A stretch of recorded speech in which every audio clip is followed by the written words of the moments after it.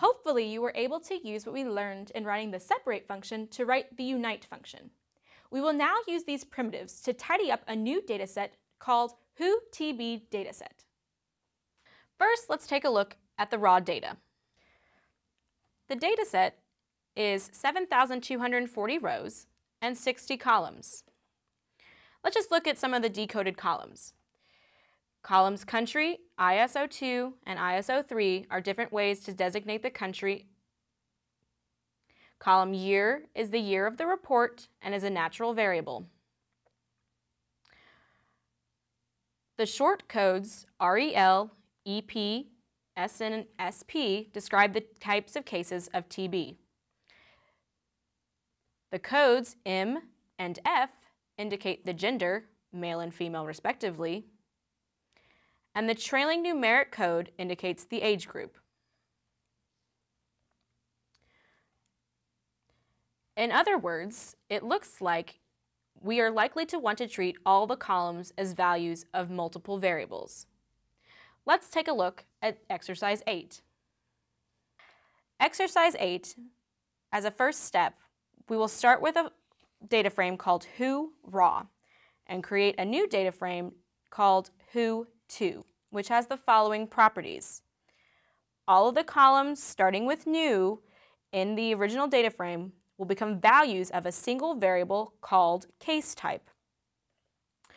The counts associated with each case type will be contained in a new variable called count. We want to remove the ISO2 and ISO3 columns since they are redundant with country. We will keep the year column as a variable. We also want to remove all the not a number counts. Finally, we want to convert the counts to integers. First, we want to get all the variables that start with new into a single variable. Let's call that call vals. We can find these variables by finding the variables not like country, ISO2, ISO3, and year. Next, we want to melt these values into a column variable named key associated with the new variable count. Next, we will remove the redundant variables ISO2 and ISO3.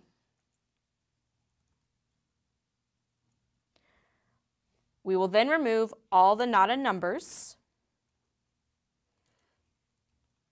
using the function isNaN.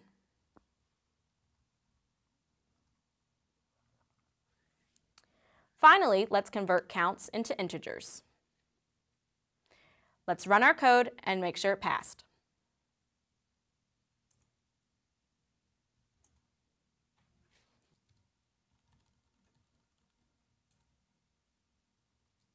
For exercise 9, we will start with our who2 data frame from above and create a new tibble called who3, for which each key value is split into 3 new variables: type, gender, and age group.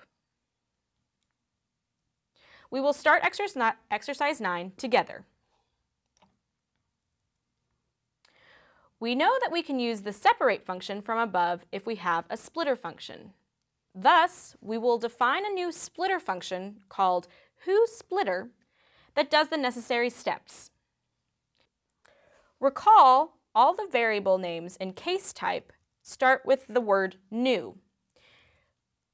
They then contain either REL, EP, SN, or SP, followed by an underscore, and then either an F or M for male or female. Finally, age group has either 2 or 4 digits. Thus, using regular expressions, we can create a pattern to match the case type text. If the case type doesn't match, or there aren't 3 groups, then we should return empty strings for all 3 values.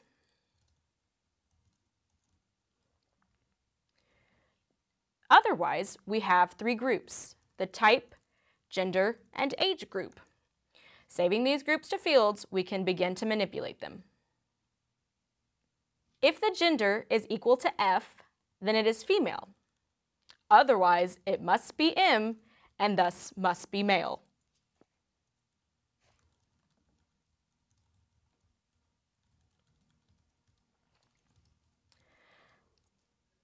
Similarly, if age group equals 014, then the age group is between 0 and 14. If the age group is equal to 65, then the age group is 65 plus.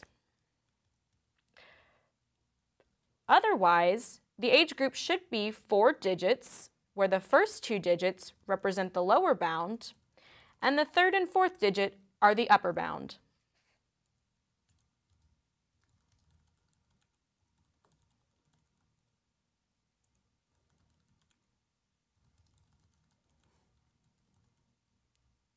You should now have enough to call the separate function and test our code. In summary, getting real-world data in a nice, clean form for analysis is absolutely necessary. However, it can be tedious and time-consuming, which is why you want to automate it if you can. These videos introduced you to several useful building blocks, which will hopefully make data cleaning a little more systematic and faster to do in practice.